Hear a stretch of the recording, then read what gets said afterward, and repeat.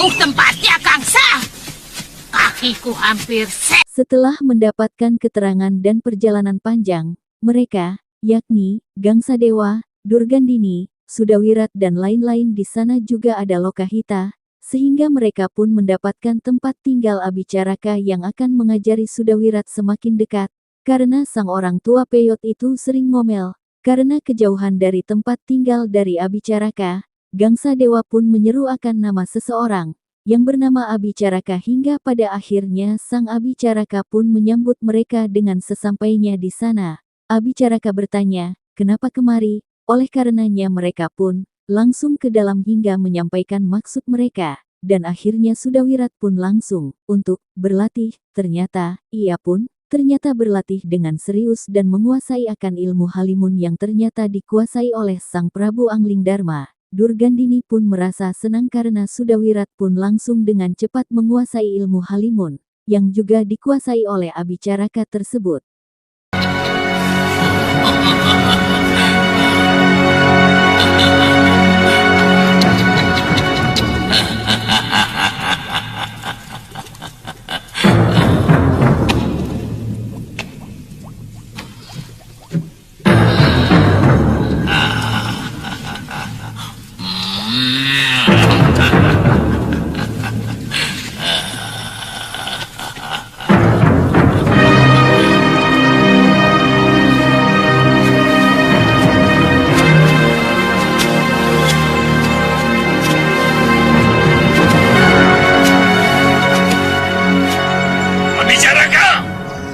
Di mana kamu? Aku Gangsa Dewa datang. Ayo Nyai. Ayo Irat.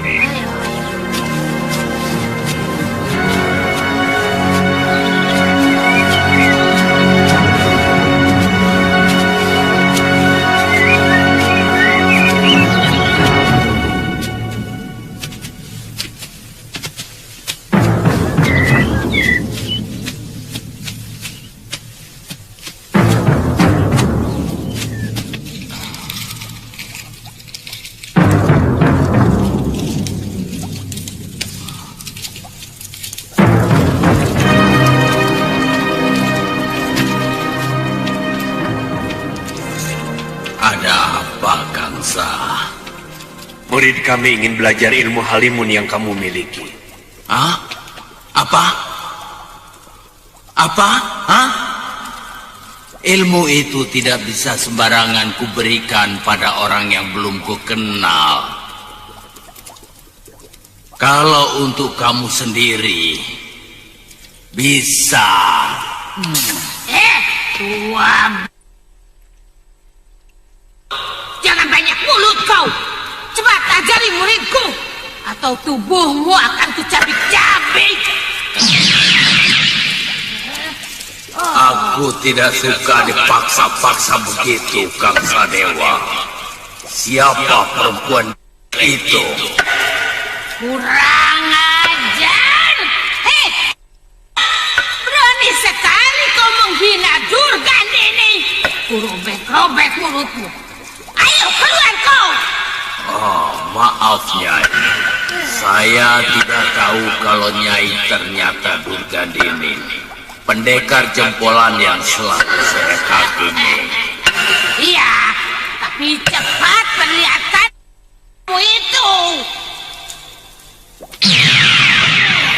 Maaf Nyai. Kurang ajar. Ada apa, Gangsa?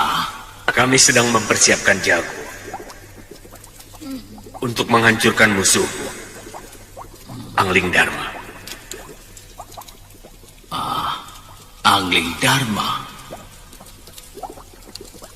Tapi Raja Malwapati itu dengan licik menggunakan aji halimun. Hanya dengan ilmu yang sama dia bisa. Anglingdarma? Iya. Dia yang adik Kutamoga. Siapapun yang memusuhi Raja itu adalah kawanku. Akan kuberikan semua ilmu sihir gua buaya tidur kepadamu. Terima kasih, Guru. Juga ilmu halimunku. Wah, bagus. Sudah Wirat, cepat kau bersiap.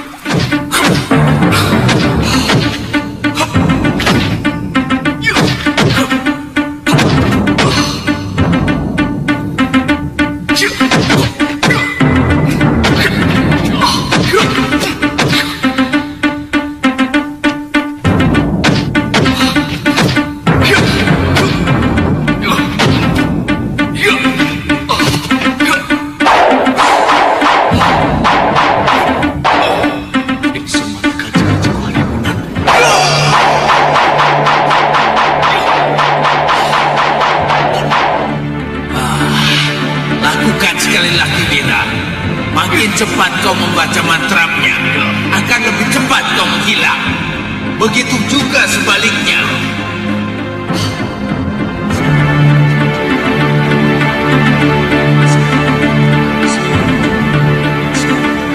Ayo, ayo, Cah Bagus.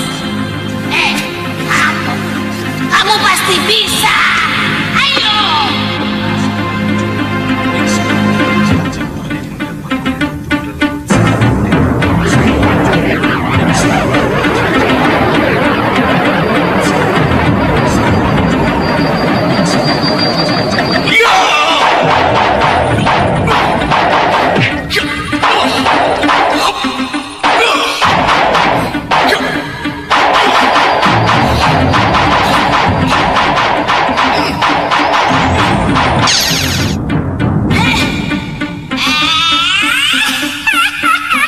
Di mana kamu?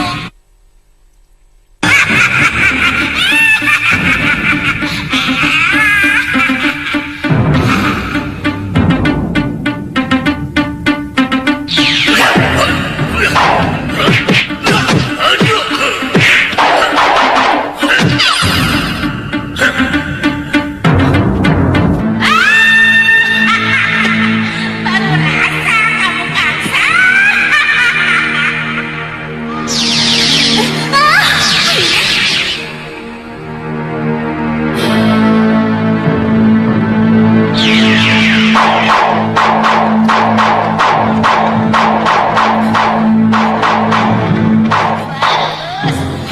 sekali, Cah Bagus.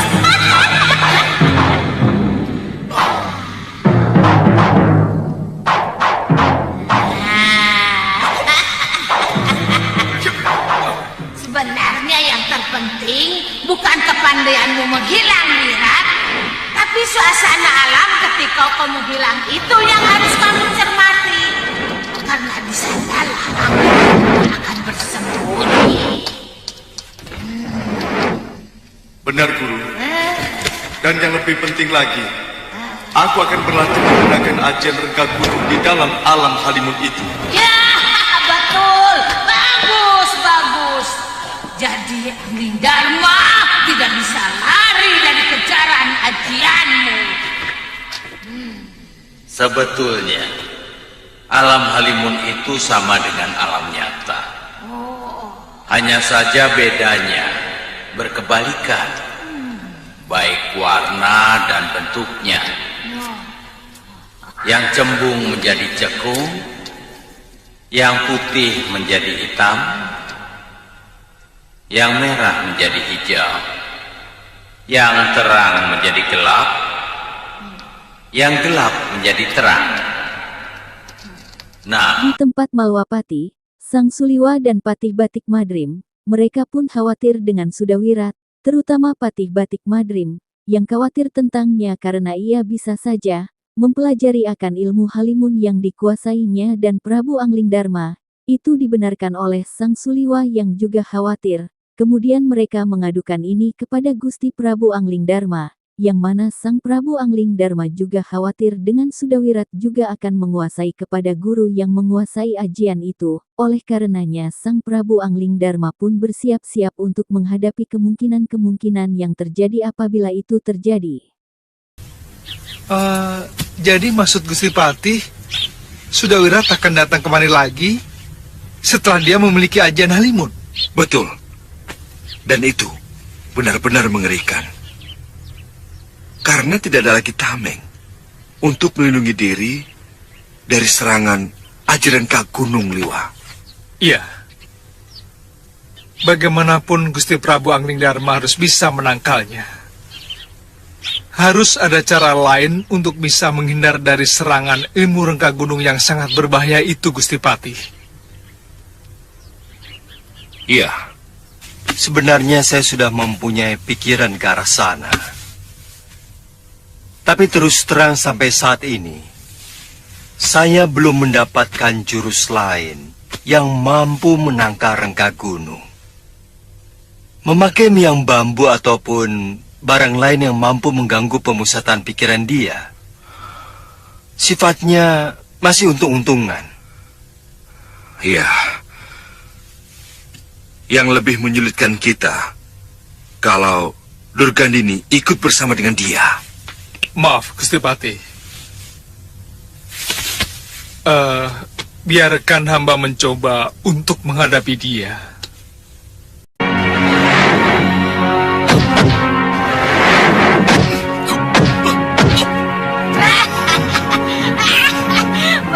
Bagus.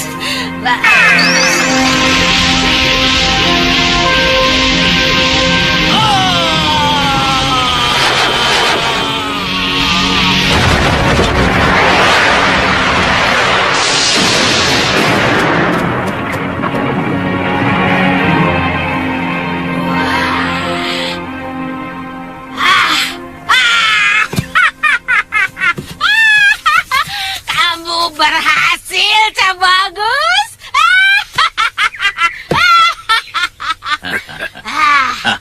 Ternyata Aji Rengka Gunungku bisa digunakan dari alam kosong ke alam nyata.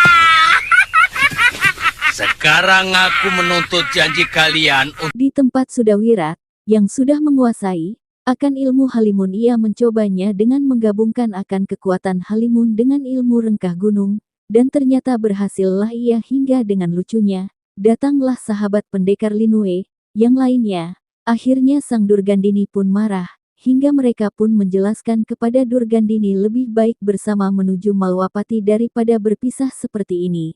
Hingga Durgandini mengerti akan alasan mereka, dan Sang Durgandini pun bersama-sama menuju Malwapati untuk membalaskan dendam yang begitu juga. Saya tidak mengerti kenapa mereka menebarkan dendam yang begitu luar biasa kepada orang-orang yang telah berurusan dengan pendekar Linue. Kut dengan kutu-kutunya.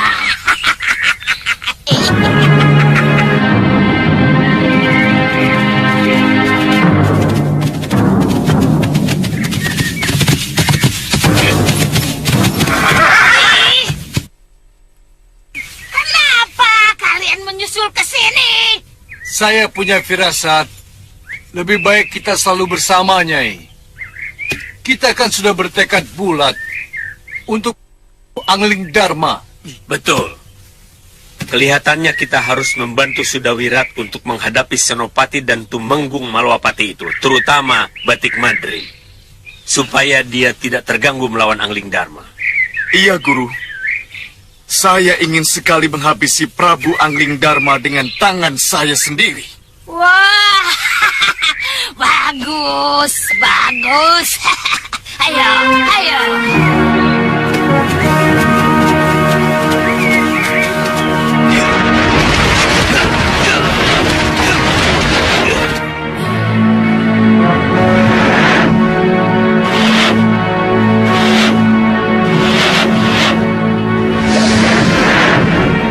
Bopo hilang. Bobo tidak hilang.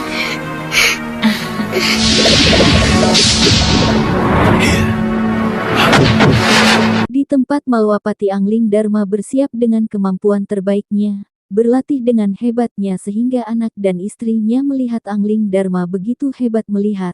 Sang Anglingdarma memainkan akan ilmunya itu hingga pada akhirnya, ia sedikit takut dengan melihat akan ilmu tersebut.